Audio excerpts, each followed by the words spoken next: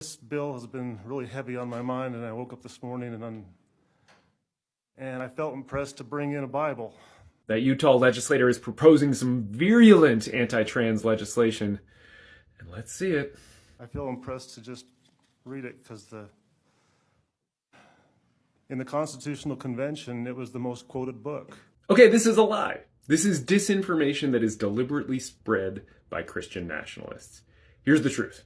This comes from a study that a guy named Donald Lutz put out a number of years ago, and it has been deliberately tortured and misread by Christian nationalists.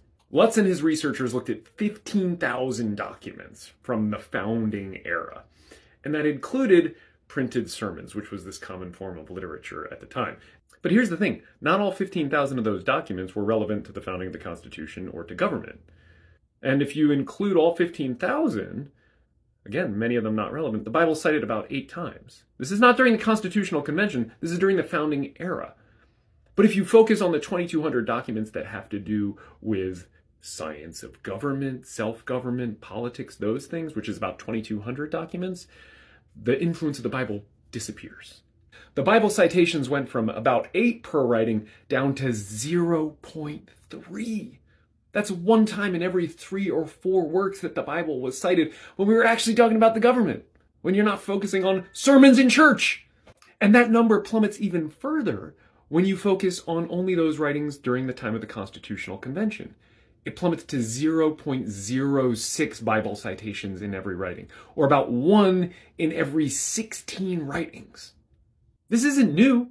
The researchers in the study themselves point this out. They say, quote, the Bible's prominence disappears, which is not surprising since the debate centered upon specific institutions about which the Bible has little to say.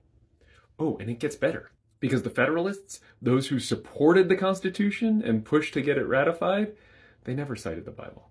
Not once. So this is just Christian nationalist disinformation. If you care about actual U.S. history, you shouldn't be basing our laws on the Bible, because the Constitution certainly isn't. And if you want to know more about that, I've got a whole book. That one right there. The Founding Myth, Why Christian Nationalism is Un-American. Get it.